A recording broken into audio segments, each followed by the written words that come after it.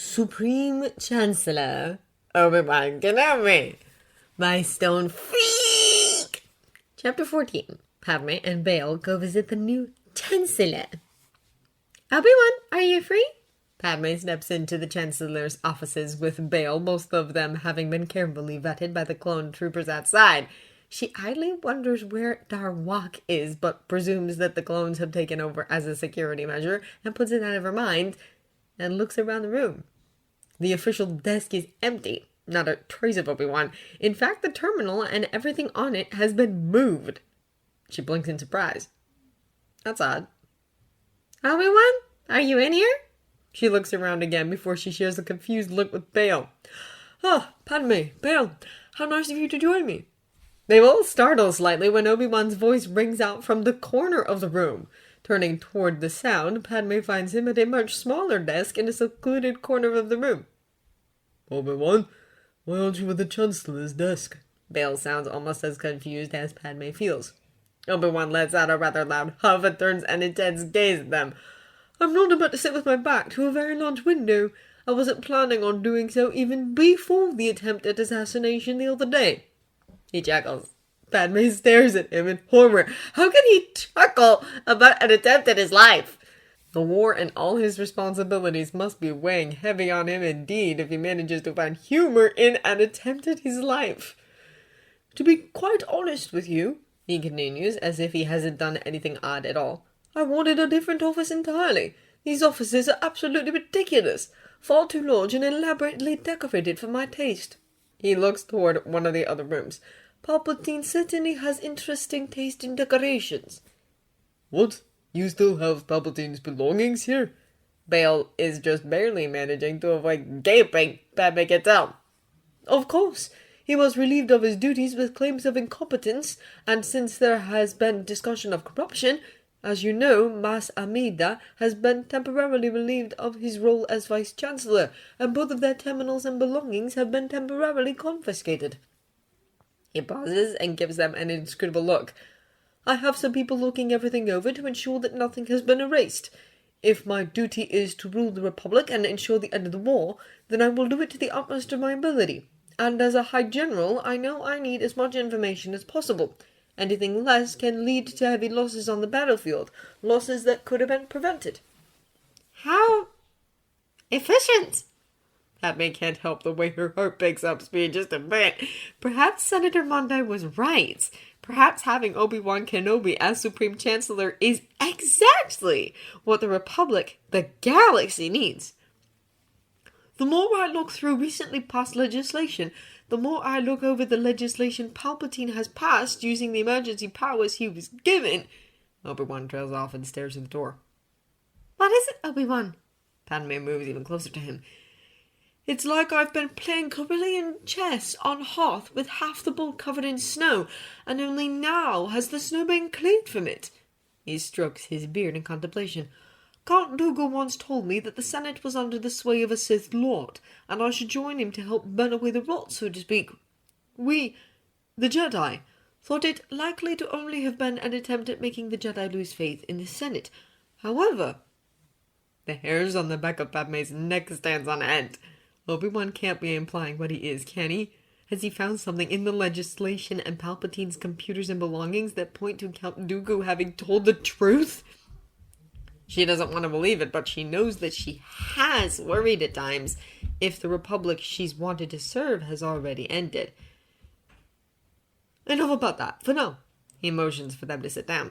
Padme presses her lips together. She wants to press him on the issue, but he most likely has a reason for staying his tongue. Bail seems to be battling with the same urge, but he too remains silent. They take their seats in unison. I must say it's not very nice to vote a friend into a political office they do not want. Obi-Wan's voice is deceptively mild, but his eyes are sharp, and he's doing that terrible thing where he raises one of his eyebrows and looks just so unimpressed with him. Padme hates that expression. Well, my friend, if you had been less of an excellent choice for the job, perhaps we wouldn't have, Bail says smugly, a smirk clearly visible on his face. Padme puts a hand over her mouth, trying to hide her smile, and the giggles that want to escape her. She's made peace with her choice, and it seems Obi-Wan has already forgiven them for it. Obi-Wan gives them the look again before he asks them what they came for. Time to get to work. Obi-Wan stares out the ridiculously large panorama windows in his new office. The whole thing still leaves a bad taste in his mouth, but if what he's just found out is true...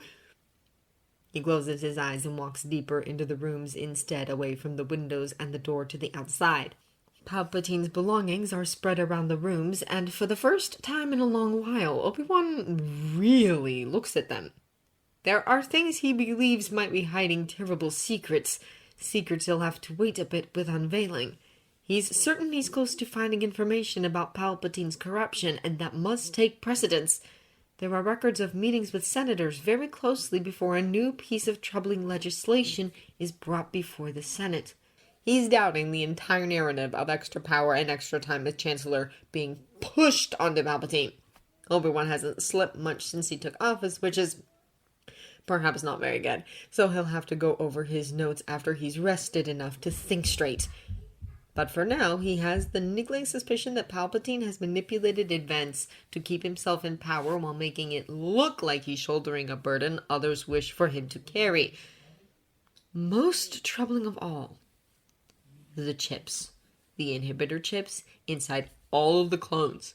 There has been no information so far in any of Palpatine's systems about what exactly the chips are for, but their mere presence is disquieting, and the fact that Palpatine, and seemingly no one else, knows about them is even more so. He shouldn't have said anything to Padme or Bail yet. Unfortunately, he's tired and overworked. He should know better than to bring up speculation and theories. He wasn't even really talking to them, more thinking out loud. What has been, has been. He cannot change it now. At least Padme and Bail are among the truly few trustworthy politicians out there. It could have been worse. He closes his eyes and sits down on the floor to prepare for meditation. Sleep will have to wait, but he needs some rest. He needs to regain his center and gather his thoughts. Time is of the essence right now. Palpatine is already pushing for Obi-Wan to return his belongings to him. There's only so long Obi-Wan can stall for time. Unless he finds proof quickly, he could fast end up in trouble with the part of the Senate who are still in Palpatine's pocket. There is no emotion. There is peace. There is no ignorance. There is knowledge. There is no passion. There is serenity. There is no chaos. There is harmony. There is no death. There is the Force. He repeats the meditation mantra to himself as he breathes in and out slowly, releasing the tension and worry he's carrying. He will find what he needs. He will have the time to test the objects he's worried about. He will find the truth. Even so, he has a council meeting tomorrow. Oh, how he loathes having to be there by hollow, sitting in these gaudy rooms instead.